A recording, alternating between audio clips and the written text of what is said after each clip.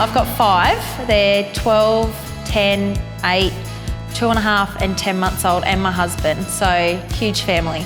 So school run, gym if I'm squeezing that in, then school run, sport run, or my son, he's 8, he's got autism, so we do a lot of therapies for him as well through the week. As a family, we dirt bike riding, fishing, camping, anything that gets us out of just the hustle bustle day-to-day life. It's basically got to have room.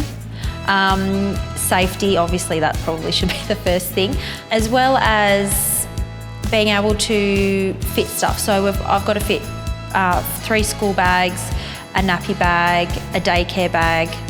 It's got to fit a pram. Hopefully it can fit the 2 seats for the pram.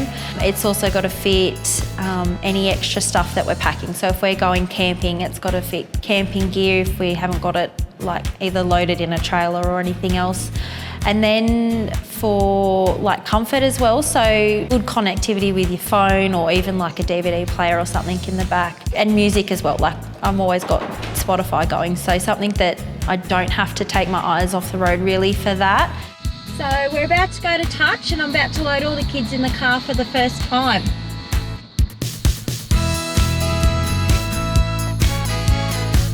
Everyone has their seatbelts on. Good, because it tells me.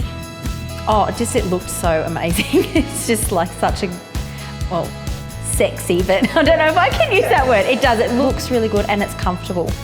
So that was my first impressions, was it was really comfortable. Even the connectivity in it and the music and having everything come up through your phone through there, so the safety side of things as well. Show me where food is.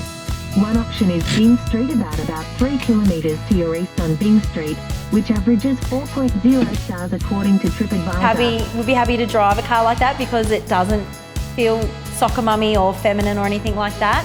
Right, so today I'm test driving for the first time Ford Everest 2020 model sports. I must admit it's quite responsive. It doesn't have that lag taken off. I've got to talk about the outside look. It is a nice looking car. That's what Cal said. It is really nice. He also said that, and I noticed it as well, was one of the biggest things was the responsive steering. See what I mean? Wow. Like literally like driving a small car, hey? There was not as much boot space as we need, but in saying that, it's hard. They're big prams, so it's really hard to find boot space unless you've got a people mover, I'd say. Absolutely, I would, hands down, it's like our top contender for, possibility of upgrading our car. So definitely I would recommend the Ford Everest. It's a beautiful car.